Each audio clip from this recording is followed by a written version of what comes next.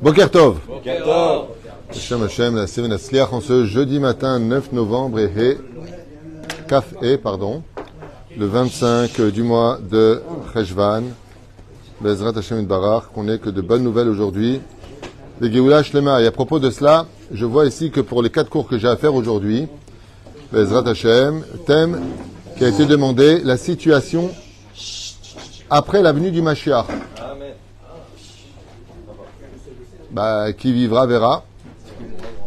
Donc je vois il y a des questions qui sont posées. On essaiera Bezrat Hashem. Donc c'est un peu un court question-réponse sur la situation qui aura lieu pendant la rédemption finale à Géoula.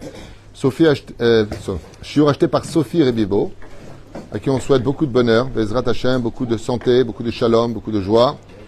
Bezrat Hashem Barach, elle et toute sa famille. Shiur acheté pour l'élévation de l'âme de sa tante, Juliette Simcha, Bat Léonie Luna Naoum. C'est pour les 11 mois. Et aussi pour la venue de la Géoula et du Mashiach très vite, pour que on mette un thème à tout ça. Et puis surtout, Bezrat Hashem, que la vérité sorte. Je prie tous les jours pour ça. Il y a tellement de mensonges aujourd'hui que mon plus grand vœu, c'est que le Emet, la vérité, Béhémet, sorte. C'est ce que je souhaite vraiment. Mikol Aprinot, on pensera aussi à l'élévation de l'âme de Shimshon Ben Gmara, Shayom, Yom, Kudator wa Hashem, Tenachenu Began Eden Elyon. Mazal Tov Evnin Bat Alice, le Mishpachat Ben Shabbat. Aléa Shalom, qu'elle repose en paix maintenant, après toutes ces années de souffrance. Et Titnachem Baala. Le papa de, comment il s'appelle? Monsieur Zerbib, rappelle-moi le papa de... Non, ça j'ai dit déjà. Celui qui est taxi, j'ai oublié le nom. J'ai un problème avec les noms. Voilà, Mahlouf Ben Rachel, Atzadik Ayakar, Shalach Lebet Olamo, Vekol Mete Israël, Hashem Imkom Damam, Shel Otam Yehudim, Shenichtsechu, Bamakom, Oufren Refoua Shlema pour toute notre liste. Et on commence tout de suite, puisque je vois qu'il y a quand même pas mal de questions. Je vais essayer, Bli Neder. Je ne connais pas les questions, je vous dis franchement, donc je vais les lire avec vous maintenant. Et Vénéré. Alors, première question. Je vois qu'il y en a pas mal, donc on s'efforcera avec l'aide d'Hachem d'être assez concis et précis. Est-ce qu'il y aura des miracles à la Géoula? Enfin, il parle vraiment après. Selon Rabbi Avraham Azoulay dans son livre Chesed l'Avraham, Oufren et Gemarot elles-mêmes le disent dans Mesret Shabbat de Daflamen Amoud Bet, que oui, il y aura mamash de grands miracles. Et pourtant, dans la Gemara de Sanhedrin, il y a marqué là-bas Aolam Kiminago in Hag, comme le ramène le Rambam dans le 11e traité du chapitre de Melachim. Aolam Kiminago in Hag, ça veut dire que si je m'en tiens au Pshat, le monde continuera à être le même. C'est-à-dire que, à part le Shibun Malchuyot, le fait d'avoir le joug des nations sur nous, le fait que les nations nous disent quoi faire et nous sanctionnent et patati patata, il n'y aura plus ça. Israël deviendra un pays totalement libre de servir son Créateur sans critique et sans sanction, selon nos livres. Eh bien, on a une espèce de problématique avec cela. Pourquoi? Eh bien, pour la simple et bonne raison, c'est que quand on nous annonce le Beth Amikdash, Rachid Tosfot, Marloket, eh bien, on nous parle d'un Beth Amikdash qui descendra du ciel, qui vivra verra. Il y en a qui disent qu'on construira. Donc on parle d'un truc qui descend du ciel, un Beth Amikdash qui descend du ciel, ça ne s'appelle pas un miracle. Je m'appelle Maurice, moi je ne sais pas, il y a un truc qui ne va pas. Il y aura Triat Ametim, résurrection des morts. À part les zombies, si ce n'est pas un miracle, je ne sais pas de quoi on parle. Il y a Avducha Amim Veishtahabu Lecha Leumim. Tu seras reconnu par les nations du monde qui te serviront, comme le dit dans la Bible, c'est pas moi qui l'invente. Si ce n'est pas un miracle, je ne sais pas de quoi on parle. Et Rabbi Avraham Azoulay, lui par contre, il va beaucoup plus loin parce qu'il parle carrément que les hommes pourront voler carrément dans les airs, monter dans le Gan Eden, de corps et d'âme. Donc, oui, on parle de miracles extraordinaires, puisqu'on dit aussi que les pierres de Jérusalem seront faites de diamants qui viennent du Gan Eden. Alors, ça dépend exactement comment on peut répondre aux deux. D'un côté, on nous dit que non, Aolam Kiminago in Hag, et de l'autre côté, on nous parle de miracles incommensurables. Parce que si toute la Géoula, c'est pour ne pas vivre, si ce n'est que ce qu'on vit, métro boulot dodo, c'est pas une Géoula, ça. Ça, c'est pas vraiment une Géoula. Ça veut dire que quelque part, si tout le but, c'est que de pouvoir étudier la Torah tranquillement, la Géoula est vécue par plein de gens qui vivent la Géoula tranquillement. Aux États-Unis, ils gagnent dans les 5-6 000 $ par mois, ils étudient la Torah, ils n'ont pas de prise de tête. À Rockwood, c'est une région où il n'y a que des religieux qui étudient du côté de l'autre côté de New York, après le pont qu'on appelle New Jersey. D'accord? Donc dans ce cas-là, ils sont déjà dans la Géoula. La Géoula ne vient pas que pour cela. Alors comment on répond à ça? Le Ramban, pour répondre à Sophie, dit qu'en réalité, c'est une question d'évolution. C'est pas dès que vient le Mashiach, il y a des miracles. Pas du tout. Quand vient le Mashiach, il y a le temps d'adaptation. C'est-à-dire qu'il va y avoir une espèce de situation avant d'en arriver là, à une remise en question de l'humanité, une vérité qui va étouffer le mensonge, comme on le souhaite tellement, et les miracles Bevadai qu'ils auront au fur et à mesure lieu. Est-ce qu'il y aura donc des miracles? Est-ce qu'on travaillera? Mamash Ma'anien. Réponse, quand? Avant ou après? À quel shlab? Réponse, non. Par la suite, donc si la question, si je reviens en arrière, après la venue du Mashiach, à savoir combien de temps de règne il va y avoir, il y en a qui disent 40 ans, il y en a qui disent jusqu'à 1000 ans, il y en a qui disent 6000 ans, 7000 ans. La Gemara fait un étalé sur des versets de la Torah qui nous disent combien de temps va durer le règne du Mashiach, lui, son fils, son petit-fils, son arrière-petit-fils. C'est pas un homme qui vient et c'est tout. Mais c'est quand même un peu curieux parce que si tu dis qu'il y a lui et son fils et son petit-fils, ça veut dire qu'il meurt. Et c'est ce qu'explique le Rambam. Le temps d'adaptation à la Géoula se fera en shlav, c'est-à-dire d'abord c'est comme ça, après on passe à cela, après on passe à ça. Pourquoi? Parce que nos âmes ne seraient pas prêtes de vivre directement le 5e palier, qui est le dévoilement total de Dieu sur terre dans une lumière intense. C'est comme quelqu'un qui ressort de l'obscurité de la galoute, donc il est dans toi, tu lui ouvres d'un coup la porte avec un soleil en plein midi. Il rentre à l'intérieur de l'obscurité parce que c'est trop dur. Donc on va lui mettre des lunettes de soleil très foncées, ensuite on lui met des lunettes moins foncées. Il y a une évolution telle que nos sages nous le disent. Mais si elle parle après, une fois qu'il est là, il y a Avducha Amim. Ce sont les nations qui travailleront et non toi. Et qu'est-ce qu'on fera nous? Nasok Batora, exactement, puisque Israël s'élève au niveau des Kohanim et les nations du monde au niveau d'Israël, selon certains commentateurs. Est-ce qu'il y aura encore des maladies? Non, le tikkun est fini. La maladie est venue en contrepartie de rappeler à l'homme qu'il rendra des comptes. Là, c'est après le jour Ayom Agadol Ve'anora, Vadaï Shelo. Est-ce qu'il y aura des mariages? Alors pour ça, j'avais posé la question à mon Rav il y a très très longtemps. Il m'avait dit d'ailleurs que c'était un des secrets du 137e Télim du roi David qui dit Az Yemale Sichok Pinu, il n'y aura plus de problème de mariage. La Gemara nous dit Bichal qu'il n'y aura plus du tout de femmes stériles. Et où est-ce que c'est marqué tout ça? Ben, c'est marqué en réalité dans la Torah. C'est marqué dans la Torah, dans la paracha de Bechukotai, qui dit que si on fait Torah au Mizot au Masim Tovim, il n'y aura pas un seul arbre qui ne donnera pas ses fruits. On va connaître des fruits qu'on n'a jamais encore connus, des couleurs qu'on ne connaissait pas, des événements qu'on n'a encore jamais imaginés, qu'il aura ata Elohim zulatecha, comme ça nous dit le verset, car personne ne le connaît, ne l'a vu à part toi. Donc, vadaï que si la Géoula arrive, peut-être qu'au début il y aura encore des maladies, puisqu'on doit tous mourir pour passer le 10e tikkun, la 10e réparation, pour revivre Triat Emetim, résurrection des morts égale mort avant, résurrection des morts. Donc il y aura une mort qui va être le temps de rendre l'âme et de re-rentrer dans le corps. C'est pas une mort qui va demander un enterrement. C'est une mort qui est obligée de passer parce que, comme l'explique Rabbi Eliezer Ben Kanos dans son livre Pirkei des Rabbi Eliezer, à la page 45 à Moudalef, c'est que là-bas, il est marqué que dans les 10 tikkunim de l'homme et de la femme, le dernier c'est la mort. C'est-à-dire que la mort n'est pas en réalité une punition à proprement dit. La mort n'est pas une fatalité et ce n'est pas une finition. C'est juste un tikkun. Tout comme une personne a pour réparation de travailler à l'essor de son front, dans la même liste, il doit rendre son âme parce qu'il reviendra à l'intérieur. Mashma Mikan, est-ce qu'il y aura des divorces Vadaï Shelo? En plus de ça, il y aura qui, en tant que Kohen Gadol, vous savez, ce qu'écrit Rabbi Abraham Zoulay, qui sera le Kohen Gadol? Aaron lui-même, Orev Shalom Verodev Shalom. Et les gens, en Baruch Hashem, auront autre chose à faire dans ce monde que de se disputer. Comme le dit la Gemara, sur quoi je me base? Je vous réponds tout simplement dans ma Sechet Sanhedrin, Bedaf Tzadi, non. Oui, Tzadichet Amoud Aleph. Et, non, Amoud Bet, en haut. En ben David ba ad shekale gasser ruach. Oh, Daniel. Avant que vienne le Mashiach, il n'y aura plus de vulgarité sur terre. Gasser ruach, ce sont des gens orgueilleux. Des gens qui sont ceci et cela. Qu'est-ce qui fait divorcer les couples? L'orgueil, la colère, le manque d'humilité, le manque d'écoute. Le Mashiach, il viendra, avant qu'il vienne, il n'y aura plus tout ça. Je ne sais pas comment Dieu va s'arranger. Qui vivra verra.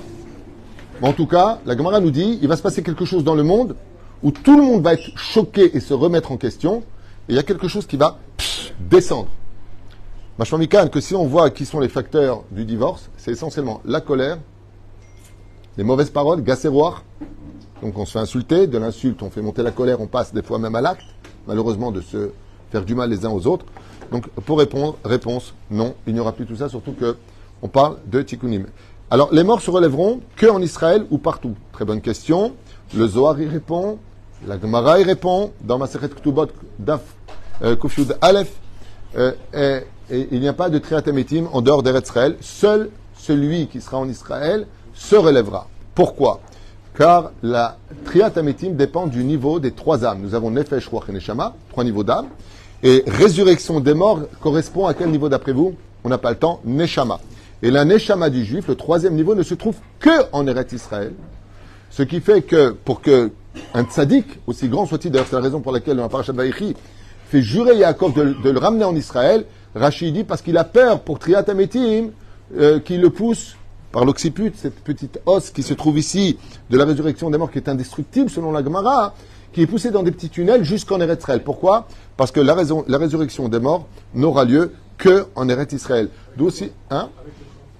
Avec le corps, Bevadaï. C'est la reconstitution du corps, et même une personne qui serait morte explosée ou autre verra le miracle de ses membres se recomposer, car Triat Hametim n'appartient que à Dieu. Ce n'est pas les anges qui interviennent pour la résurrection des morts, c'est Dieu lui-même. D'ailleurs, quelqu'un il y a du 1000 ans qui s'est servi de ça pour dire qu'il est revenu à la vie. Alors les tzadikim qui sont Bechoul, justement, eux aussi seront ramenés par ces tunnels. Et c'est pour ça qu'il y a une grande Messirut Nefesh pour nos tzadikim qui connaissent très bien ce que je suis en train de dire. Hein. Quand le Rabbi, le Chafetz Chaim, le Gaon de Vilna, tous ces grands de la Torah, le Baal Pele Yoetz, Rabbi Eliezer Papo sont enterrés là où ils sont enterrés. J'avais déjà expliqué, il y a plusieurs shiurim de cela, plusieurs cours de cela, que ces grands tzadikim qui sont d'Afka enterrés, comme il y en a énormément encore en Tunisie, au Maroc, qui sont encore sur place. C'est impressionnant le nombre de tzadikim qu'on a au Maroc. Rabbi Chaim Pinto, comment il s'appelle, Rabbi Yitzhak, Rabbi Hatzera, que j'ai découvert il n'y a pas tellement longtemps, et pour qui j'ai énormément d'empathie, Rabbi Haïtaï Blomet. Tous ces tzadikim qui sont en dehors de la terre d'Israël, j'avais déjà expliqué quelque chose qui peut-être vous intéresserait, donc je reviens brièvement dessus à toute vitesse, et si je parle un peu vite aujourd'hui, c'est parce que je vois qu'il y a plein de questions, mais c'est intéressant. Donc comment tout dire en peu de temps? Est-ce que dans les trucs, il y a comme WhatsApp, tu fais x1, x1,5, x2 oh, tu fais -1. Ok. Je vais donner une explication que j'avais lue dans un Midrash et qui explique que, à émettre tous ces tzadikim qui sont morts en dehors de la terre d'Israël, eh bien, c'est tout simplement pour que, en une phrase, je ne vais même pas raconter la métaphore, mais directement rentrer dans le sujet. C'est bon, je fais ça quand même en métaphore rapidos. Allez, c'est l'histoire d'un mec. Non, je ne parle pas de Coluche. C'est l'histoire d'un mec qui passe comme ça dans une salle extrêmement obscure. On voit absolument rien du tout. Et en passant pour aller justement se marier, dans son beau costume blanc magnifique, il va pour se marier. Baruch Hashem, blanc et noir comme ça, il rentre pour aller se marier. Sa femme l'attend comme une colombe, donc lui en tant que pigeon, il y va. Et quand il arrive là-bas, il passe par cet endroit, cet hangar, on voit rien du tout, et il entend de la monnaie qui tombe de sa poche. Et là, il s'arrête un instant, il regarde. Il voit rien, il sait que le sol est sale, et il ne sait pas quoi faire. Pourquoi? Eh bien, parce qu'il y a de la monnaie qui est tombée de sa poche. Kedaï, le Kedaï, on m'attend pour marier, j'ai un costume qui coûte une blinde, ma pitom. Et puis voilà que, en avançant quelques pas, il se rappelle que la bague de sa fiancée, elle était aussi dans cette poche, il regarde, et là, il voit qu'il l'a plus avec lui. Et sans ça, il ne peut pas se marier. N'ayant aucun choix, là, il est obligé de tâtonner, donc il se met à quatre pattes, et commence à tâtonner pour trouver la bague. Maintenant qu'il est sali, qu'il a quatre pattes et qu'il est en train de chercher la bague qui est pas loin de la monnaie, alors il a ramassé en même temps toute sa monnaie. Ainsi dit le Créateur du monde. Quand viendra le moment de la rédemption finale de la Géoula, le Créateur du monde va organiser un mariage, une fête extraordinaire. La Géoula, ce sera il y aura tous les jours des mariages. Pour répondre à la question, est-ce qu'il y aura des mariages? Mazal Tov, Mazal Tov, Mazal Tov, on est obligé de sourire pour le dire. C'est un remède que nos sages nous disent. Oui, il y aura plus de personnes qui nous resteront non mariées. Et même s'il ne trouve pas, il suffira d'aller voir le Kohen Gadol, Orim Vetumim, lui dira exactement qui est son épouse. Comme à l'époque, on allait voir le Rabbi Lubavitch qui a dit, ta femme est juste derrière. Le mec qui croyait qu'il allait se marier demain, elle était vraiment derrière. Donc, effectivement, il y a Nissim Veniflaot dans ce domaine. Et donc, cet homme-là, on a expliqué qu'il a récupéré sa bague. Le Créateur du monde, pour la rédemption finale, le mariage d'Akadosh Baruch Hu aux yeux de tous avec le peuple d'Israël, son peuple élu, son peuple choisi par Dieu, eh bien, ne pourra pas avoir lieu avec tous les khatanim. Qui sont les khatanim? Les tzadikim. Les bagues sont les tzadikim. Et le Créateur du monde, il ne peut pas aller sans les tzadikim pour la rédemption finale. Donc, il est obligé de chercher qui? Les diamants qui sont le Rabbi Lubavitch, le Gaon de Vilna, tous ces grands de la Torah, comme Moreno Arabe, le Baal Shem Tov, Aniyam Shalom, Srutam Yegan Kol Israël, Rabbi Yaakov Abu Hatzera, qui est enterré à Demanhour, du côté de l'Égypte, il est obligé de les récupérer.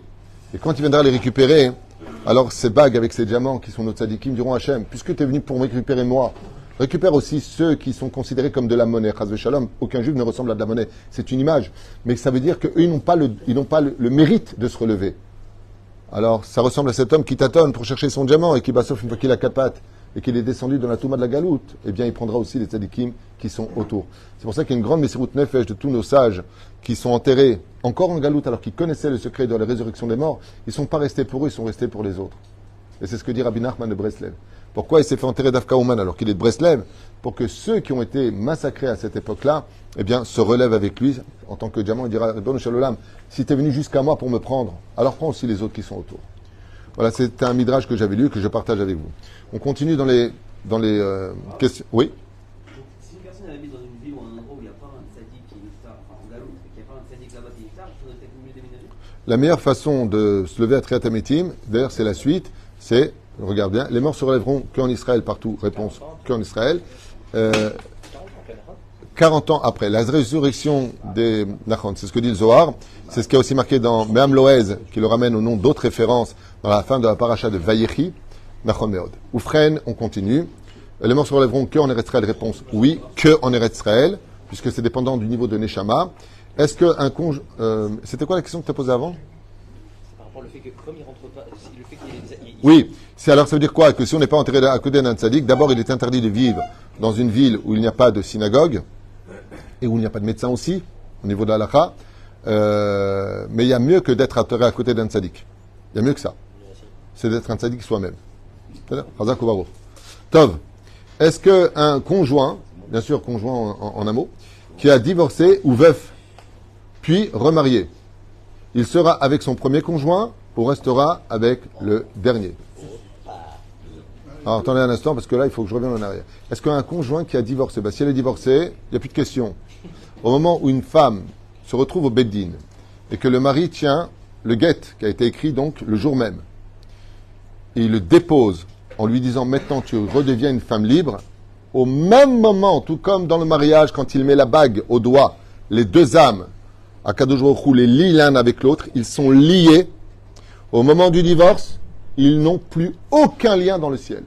La seule chose qui leur restera, c'est des enfants biologiques qui ont été faits par les deux. Donc la question du divorce saute ici. On ne retrouve pas un conjoint duquel on a divorcé, quel premier, quel deuxième. La question, déjà, veuf, Zegvar Ma'anien, quelqu'un qui est donc veuf. Il a son épouse, qui est donc enterrée. S'il est veuf, c'est qu'elle est enterrée. Et puis voilà, maintenant qu'il se remarie. Eh bien, à la résurrection des morts, il récupère et sa première femme, et il aura aussi son épouse avec lui. D'accord? Hein? On va y arriver, c'est une question, je pense, qui apparaîtra. On verra. Je voudrais juste d'abord finir. Elle a acheté ce cours, elle voulait son cours, je lui fais. Après, si tu veux, tu as des questions, après tu... Tov. Velachen, si elle a divorcé, il n'y a pas de question parce qu'ils n'ont plus aucun lien. Par contre, veuve, puis remariée, oui, effectivement, il retrouvera. Pour une femme, quoi? Ah, très bonne question. Et si c'est le contraire? La femme est veuve, le mari est parti. Elle se remarie. Il remeurt. Le mari est parti. Le mari est parti, il faut se méfier. Vérifier s'il n'y a pas une question d'héritage. Non. On appelle ça les veuves noires. À émettre, si la femme est veuve et qu'elle se remarie, une fois de plus, une femme ne peut pas appartenir à deux maris. Bah, pourquoi? Pourquoi est-ce qu'un homme a le droit à plusieurs femmes? Et pourquoi est-ce qu'elle n'a le droit qu'un seul mari? La réponse est simple. C'est que dans la définition du peuple d'Israël, il y a deux dimensions qui apparaissent. La première, juif ou pas. Deuxième, quelle tribu? Les deux sont indissociables. Qui va définir le judaïsme? La maman. Qui définit de quelle tribu il est? Le papa. Si une femme a deux maris, un de la tribu de Shimon et l'autre de Réhouven, qui l'a mis enceinte? Shimon ou Réhouven? Alors aujourd'hui, on a des moyens de pouvoir le savoir d'une certaine façon avec des prises de sang. Enfin, la Torah, elle s'adressait à toutes les époques. Ce qui fait qu'une femme ne peut pas avoir de mari, parce qu'on ne saura pas à cet enfant s'il appartient. Est-ce qu'il est Lévi? Est-ce qu'il est Cohen? Fils de Cohen? Est-ce qu'il est fils de qui? On est deux Israël. C'est là, hein? Il y a deux Israël, c'est Israël. Lors. Israël, c'est être juif. Mais Israël se dit, il n'y a pas qu'une façon d'être juif, il y a 12 façons d'exister en tant que juif selon la Torah. C'est-à-dire, mais comme on est feuge, on a rajouté les chassidim, les mitnagdim, les belz, les vijnis, nous on a fait sabatoucha, on a fait. La reine, une femme ne peut pas avoir deux maris, les mishpechotam, les vetavotam. Bon, je ne veux pas m'étaler sur des cours, juste pour répondre à ces questions. Donc, si la femme est veuve et qu'elle se remarie, le jour de son mariage, elle n'est plus la veuve de son ex-mari. Au niveau sentimental, oui, elle veut monter là-bas sur le Kever, elle fait ce qu'elle veut. Aval, dans le ciel, Nigmar, à partir du moment où elle accepte une nouvelle bague à son doigt, Zema Sheotse Misé. Et Rabbi Nachman, quand il s'est marié avec sa deuxième épouse, il lui avait demandé de ne pas se remarier, pour qu'elle prenne son salaire avec lui dans le Olam Haba, patati patata. Oufren, ensuite, il sera avec son premier conjoint ou restera avec le dernier. Je pense qu'on a répondu parce que ça dépend de quoi on parle. Donc, ainsi, ce qu'elle dit ici, ça veut dire quoi? Ça veut dire qu'elle s'est remariée avec le deuxième. Ok, on a répondu. Est-ce que ceux qui ont fait Torah et Mitzvot se relèveront, même si ce ne sont pas des tzadikim? Alors, là, cette question-là est très importante. Le seul problème qu'on a, c'est qu'il n'y a pas de marloquette. Là, on a un gros problème. Elle parle de la résurrection des morts. Qui se lève? Ils ne sont pas tzadikim. D'abord, qu'est-ce que ça veut dire le mot tzadik? On peut être racha et tzadik, on peut être tzadik et racha, personne n'est parfait. On peut mettre un tzadik et oved avodah zara. C'est ce que dit la Gemara dans Ktubot. Tout celui qui vit en dehors de la terre d'Eretz Israël, qui est ilou oved avodah zara. D'accord? Donc, qu'est-ce que c'est la définition du mot tzadik? Il n'y a pas marqué, enfin en tout cas, peut-être c'est marqué, je ne connais pas tout, mais en tout, dans nos livres à nous, il n'y a pas marqué « Seuls les tzadikim se relèveront à Triat HaMetim ». Non. Comment se passe Triat HaMetim? Le Créateur du monde vient lui-même défaire les tombeaux et vient déposer une rosée sur les corps. Cette rosée va reconstituer et les ossements, et la chair, et les veines, et tout ce qui se passe. C'est la recomposition de l'homme. Cette rosée vient d'où? Alors, c'est pas très esthétique d'entendre cela, c'est un peu imagé. Elle vient des poustillons de la salive qui a été avalée de tous ceux qui ont étudié la Torah. Tous ceux qui ont étudié la Torah. Donc, qui se relève à Triat HaMetim? Pas les tzadikim. C'est évident que s'il est tzadik, il étudie la Torah. Sinon, en quoi il est tzadik? Mais la Torah ne te dit pas du tout. On a lu hier dans Chesed l'Avraham que tout celui qui vit en Israël est un tzadik. Et la Gemara elle-même, dans Kufyut Aleph, Amoud Aleph, en bas de la page, nous dit Kol Adar Be'Eretz Israël. Tout celui qui vit en Eretz Israël, même en tant que non-juif, c'est marqué en haut. Ou Ben Haolam Haba. Celui qui fait 4 pas en Eretz Israël, Ben Haolam Haba, il est héritier du monde futur. Mais est-ce qu'on parle de Triat HaMetim? Non. Triat HaMetim, il y a des gens qui peuvent s'en exclure, comme celui qui prête de l'argent avec intérêt. Donc lui, un autre Triat HaMetim. Mais la reine, seul celui, et ça par contre c'est très important que tout le monde l'entende, seul celui qui a de l'étude de la Torah se relèvera à Triat HaMetim, ou, parachat de Vezot HaBeracha, celui qui a soutenu ceux qui étudiaient la Torah. Où est-ce que c'est marqué? Ismach Zvulun Betzetecha, heureux est ton sort Zvulun Betzetecha, d'où tu sors? Au niveau du pshat, au jour de ta mort, quel salaire tu vas avoir? J'avais posé une fois la question à mon rave. Et je lui ai dit, quel est le salaire réel d'une personne qui a soutenu un avraire? Par exemple, moi je suis à Paris par exemple, et je dis, tu sais quoi, je vais prendre un avraire chez le Rav Twitou, combien ça coûte? 2800 shekels par mois, je lui envoie. D'accord, je fais ça. Maintenant, moi de l'autre côté, je ne suis pas qui d'étudier la Torah. Au mois de la Chot le matin, le soir, comme c'est marqué dans le premier chapitre, 8e verset du Shua Binoun, que l'homme a l'obligation d'étudier le jour et la nuit. Quand tu te couches, quand tu te lèves. Comme Zvulun et Issachar. J'ai posé la question une fois à mon Rav, qui est Kodesh Kodashim, et qui connaît vraiment, je vous affirme, toute la Torah. Et je lui ai dit, vous pouvez m'expliquer qu'est-ce que ça veut dire exactement Zvulun quand il quitte ce monde? Il m'a dit quelque chose que je vous transmets en son nom, Rabbi Ari Garbian, Shlita chez Badel Haïm Aloukim. Il m'a dit, Bni, je vais te répondre ce que ça veut dire. Celui qui a soutenu un avraire. Comme le dit le Ben Ishraï, Marana Ben Ishraï Kav Beddin dans le ciel, quand un juif il part de ce monde, il doit donner 280 heures de shiur devant le Beddin de Torah. 280 heures parler comme ça de Torah. Tu dois être capable de l'imkor Torah. D'abord, et Torah. Le monde a été écrit pour la Torah. Je parle pour nous les feuilles. S'il y a des non-juifs, ils vont dire ils sont tarés ces mecs et tout. C'est-à-dire, je parle pour les. C'est vrai que pour être juif, il faut être un peu. C'est-à-dire, il faut avoir beaucoup d'émouna. Ou frère, qu'est-ce que cela veut dire? Ça veut dire que tu dois être capable de les donner. Mon rave m'a dit, celui qui a soutenu un avraire, le jour où il part de son mazé, Ismach, il sera heureux. Toute la Torah que connaît cet Avrer, tout ce qu'il a étudié, toutes ces Gmarot, Tour, Shulchan Aruch, Rishonim, Acharonim, Zohar, tout, Akadosh Baruch Hu te l'offre en tant que cadeau, ce qui fait que tu montes avec toute sa Torah à lui dans le monde dans l'eau. D'un coup, tu vas être heureux. De quoi tu vas être heureux? D'être monté du monde d'en bas vers le monde haut comme Amaharet. Et bien, sauf quand tu arrives en haut, comment tu montes? T'as mitracham. Pourquoi tu es mitralek ito? Grâce à toi. Im en kemach en Torah. S'il n'y a pas de pain, il n'y a pas de Torah. Tu lui as permis de manger. Tu lui as permis d'étudier avec moins de soucis. Chayecha, que sa Torah, elle viendra chez toi. Et que son olamaba, ce sera ton olamaba. Comme on l'a vu avec Rashi, avec Rabbi Avraham de Barcelone, pour lequel Rashi fait un rêve duquel on lui annonce que son compagnon dans l'olamaba sera un tel et un tel. Tov le méchané. C'est pas le but. Ken? Enlo. Enlo. Il n'y a pas marqué que celui qui vit en Israël aura triatametim. Il y a marqué olamaba. Il y a une différence entre triatametim et olamaba. Olamaba, c'est le 5e palier final. Le olamaba, c'est le dévoilement de la terre qui cachait l'Olam Abba, parce que l'Olam Abba, il est déjà ici, mais il n'est pas dévoilé. D'accord? C'est ce qu'on appelle Olam Abba. Il est maintenant. Alors, il est maintenant ou il arrive? Il est là, mais il n'est pas dévoilé. Comme la prophétie. La prophétie est toujours présente, mais nous, on n'arrive pas à la capter, parce qu'on n'est pas encore assez pur, à cause de quoi? Beaucoup de choses qui sont à dire dans ce domaine, comme Paradouma. On est mémet. Ken? C'est pas une arme à double tranchant. Le fait que quelqu'un qui soutient un vrai, il se dit, moi, je suis exonéré d'études ou de quoi que ce soit. C'est ce que j'ai expliqué. Même s'il soutient un avraire, il n'est pas exonéré de l'étude, mais par contre, il faut savoir que grâce à lui, étant donné qu'il peut étudier pendant toutes ces heures, eh bien son salaire est incommensurable. J'aimerais vous dire une chose. Dans le monde de vérité, si on versera des larmes de regret, ce sera pour ça. Parce qu'il y a beaucoup plus, on va dire, allez, sans être, peut-être que les chiffres que je donne vont être erronés, je le dis selon mon opinion personnelle. Là, j'ai pas de référence. Pour moi, on va dire qu'il y a peut-être dans le peuple d'Israël 95% qui travaillent et 5% qui étudient.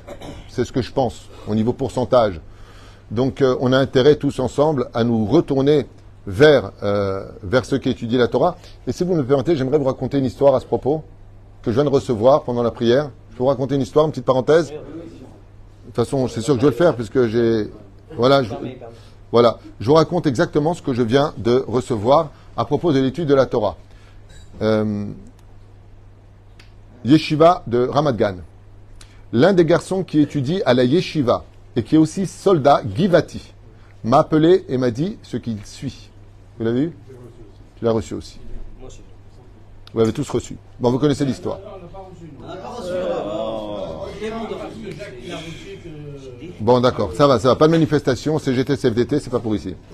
Donc, hier soir, au milieu des soldats, j'étais dans la salle de Hamal, et mon commandant s'est approché de moi et m'a dit, j'ai une mission pour toi. Vous êtes religieux, n'est-ce pas? J'aime bien, il dit à un mec qui étudie, vous êtes religieux, n'est-ce pas? Ouais. Il dit, on a un gros problème, je ne vais pas vous lire l'histoire parce que je l'ai lu tout à l'heure à toute vitesse. On a un problème avec les tanks, ils sont en territoire hostile, et donc on ne peut ni les réparer, ni s'en approcher, sinon on risquerait de ceci et cela. Donc, de façon cartésienne et mathématique, on ne peut prendre aucun risque pour nos soldats, mais on doit récupérer ces chars. Donc, comme sur le domaine rationnel, c'est impossible, ben, ne viens pas, il lui dit, les Gevati, reste là. Est-ce que tu peux prier le Dieu d'Israël en tant que religieux pour qu'on puisse récupérer nos tanks, les réparer tranquille, qu'on ne nous tire pas dessus? Parce que sinon, on ne peut pas. Donc, comment on fait? D'accord? Donc, je vous lis la suite pour arriver. Après 15 minutes, je suis retourné à la salle de crise, donc là-bas, et n'ayant rien compris, à peine ce Givati, ce Baruch Yeshiva s'est-il mis à prier, que les chars se sont réparés extrêmement facilement et que sans aucune menace, ils ont pu les retirer sur place. Alors que selon le chef d'état-major, selon les généraux qui étaient sur place, il n'y avait aucune possibilité, les tunnels, les endroits, les pièges, de récupérer ces chars. Et bon, je vous ai fait ça à toute vitesse, vous pouvez le... Écoute-moi maintenant, ce ne sont pas... il pourrait y avoir donc une catastrophe et on ne sait pas quoi faire, donc s'il vous plaît, ne venez pas, juste allez prier le Dieu d'Israël. Il devrait donc réussir à réparer, car pour éviter que le Hamas nous attaque. Ok? Et je voudrais juste arriver à la fin. Ah oui, il revient le voir, il lui dit comme ça, vous n'avez aucune idée donc de ce qui s'est passé. 1 minute après votre départ, le premier char a été réparé au bout d'un seul moment, alors que ça prenait beaucoup de temps. Le suivant, puis tous ont été réparés et la bataille a pu continuer. Il leur a répondu, le commandant, je vous demande à vous, les Givati qui êtes religieux, de rester à étudier la Torah et de prier. Vous n'allez pas à Gaza, j'ai besoin de vous ici pour les prières. Un commandant non religieux qui s'adresse à des religieux. Vous l'avez reçu, je l'ai reçu. Vrai ou faux, vous savez, il y a beaucoup de fakes mais on a beaucoup d'histoires qu'on a chacun vécues qui ressemblent et qui sont très similaires à celle-ci pour faire comprendre que Bémet, la Torah, nous sauve et la Torah nous aide. J'ai une autre histoire à vous partager si vous voulez, mais bon. Vous voulez l'entendre? Ouais. Combien la Torah nous aide et nous protège? Alors. Vous voulez l'entendre? Allez, je vous fais écouter. Je vous fais écouter.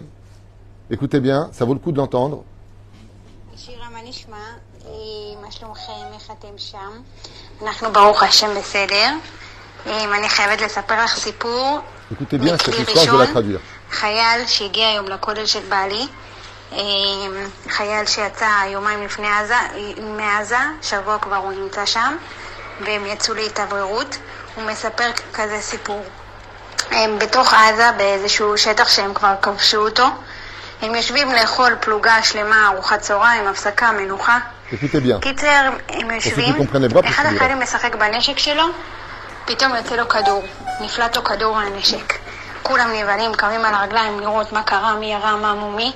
הוא אומר, ואז הוא ישר, הוא מרגיע אותם, את החברים שלו, אומר, חברים, זה אני, אל תדאגו, אבל בואו נראה שאף אחד לא נפגע.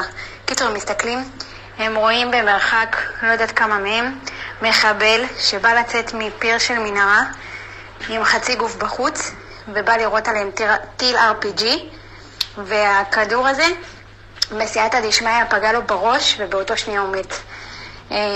וזה הכוח שלנו, של התהילים, של התפילות, של החיזוקים, ואנחנו בדיוק בשביל זה. Voilà. זה מדהים, זה מחזק, זה כלי ראשון, סיפור מדהים. Je vous traduis exactement ce témoignage donc d'une femme dont le mari lui parle au téléphone. Il dit écoute, ils se sont à Gaza, ils se sont arrêtés pour se reposer un petit peu, manger, se restaurer. Et d'un coup, il y en a un qui, avec son arme, sans faire exprès, tire une balle. Donc tout le monde se retourne en disant qu'est-ce qui se passe, qui nous tire dessus. Et ils se rendent compte qu'il a dit je suis désolé, mon doigt a glissé et j'ai appuyé sur la gâchette. Et la balle est partie. Donc pour vérifier que cette balle n'ait blessé personne, ils sont partis dans la direction où le coup de feu est parti. Et juste derrière eux, à une distance non définie, ils voient un terroriste du Hamas avec une balle dans la tête, mort, avec une RPG, c'est une espèce de bazooka qui s'apprêtait à leur tirer dessus. Et son doigt a glissé et il lui a mis juste une balle en plein milieu des yeux, pour laquelle il est mort. Donc, il appelle en disant continue à prier parce que ça c'est pas un acte héroïque d'un super soldat. C'est juste que il pensait qu'il avait mis la sécurité, il n'a pas mis la sécurité, il a appuyé sur la gâchette, la balle est partie, juste se placer derrière eux, d'un terroriste du Hamas qui comptait juste les exploser.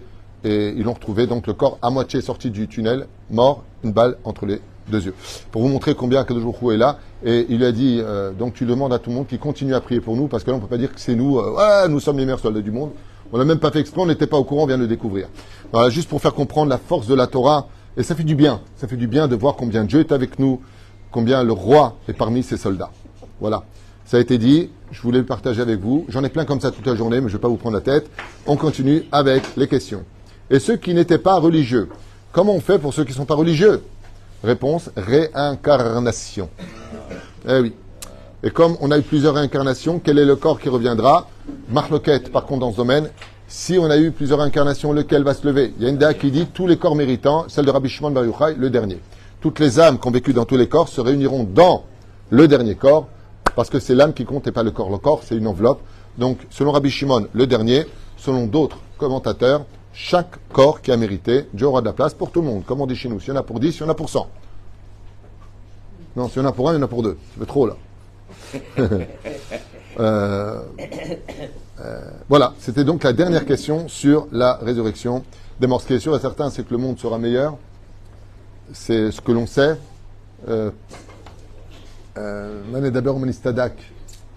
Il y aura beaucoup de miracles qui sont marqués. Quand je vous en donne encore un que vous retrouverez en bas de la page. La Masechet Shabbat Bedaf Lamed Amut Bet, 2 lignes avant la fin. Les arbres ne donneront pas que des fruits, mais des vêtements, des gâteaux. Ça fait un peu débile, hein. Si un psychiatre m'écoute, il va dire mais ils sont fous ces juifs. Ah ouais, vraiment. C'est vraiment même Casimir et lui aux enfants, il aurait les boules. C'est pas possible. Donc voilà, on nous parle de choses qui sont assez fantastiques. Selon Rabbi Avraham Azoulay, on pourra voler de corps et d'âme pour monter au Gan Eden. Parce que qu'est-ce qui se passe pour les gens qui n'ont pas eu Triyat Ametim et qui ont du mérite? Et c'est la grande question avec laquelle je voulais finir. Je suis content que ça vienne me remonter à l'esprit parce que je me suis dit que s'il y avait cette question tout à l'heure, j'y répondrais. Alors, il y en a qui ont du mérite, mais pas assez de mérite. C'est-à-dire qu'ils ont fait des actes héroïques. D'accord? Donc, ils ont le monde futur, ils sont au Gan Eden. Et Rabbi Avraham Azoulay, il dit que celui qui n'a pas le mérite de Triyat Ametim, il est au Gan Eden. C'est pas il souffre, il est au Gan Eden. Chazak ou Baruch. Mais ceux qui ont Triyat Ametim pourront monter de corps et d'âme, aller les voir. Comme si qu'ils habitent, sont juste au Gan Eden, hein, ils kiffent leur race et tout, bien, nickel, il n'y a pas de joint, attention. Eh bien, tout, nickel. Aval, on pourra venir se voir jusqu'au moment où le Triyat Ametim, c'est le 5e shlav, pour finir, va se confondre. Alors maintenant, on rentre dans une grande marloquette entre le Rambam et Rabbi Yehuda Halevi, à savoir comment le Olam Haba se juxtapose dans Triyat Ametim. La réponse finale, je vous la donne dès maintenant, comme ça on clôturera ce premier shiur de la journée. C'est que, comme l'explique Rabbi Yehuda Halevi, eh bien, les corps vont devenir à la fin aussi spirituels que les âmes pour pouvoir supporter la lumière éternelle du monde futur. Et dans le monde futur, par contre, à part 4 personnages qui sont cités, tout Israël à part au monde futur. Ce qui fait qu'à la finalité des finalités, la résurrection des morts n'est pas la finalité. C'est un processus qui nous emmène au monde futur. Et où est-ce qu'aura lieu ce monde futur? À vous en étonner pour tous les scientifiques qui ont peur qu'il n'y ait plus de terre un jour et que le soleil disparaisse, que des bêtises de Misak Vaniot, parce que Dieu le maintient à Mechadesh Bechol Yom. Dieu renouvelle chaque jour cette boule de feu dans un univers glacial à moins 174 degrés ou 200, je ne sais même plus combien. Hein? 274. Autant pour moi, c'est pour ça que j'ai dit plus de 200. 274 degrés Celsius en dessous du zéro, une boule de feu qui ne cesse de se renouveler alors qu'il n'y a aucun moyen de la brancher, de créer cette énergie. Et la Torah nous dit comment elle se réénergise parce que Dieu la renouvelle chaque jour. Eh bien, c'est sur terre. Le Olam Haba, c'est sur terre où Bezrat Hashem, eh bien, le salaire sera pour l'éternité avec un roi et son peuple. Hein? Immortel, tu te rends compte, professeur? Ça veut dire, choisis bien ta femme. Là, c'est pour l'éternité. Et la belle-mère aussi, tu te rends compte? Voilà. Baruch Adonai l'olam, amen, amen.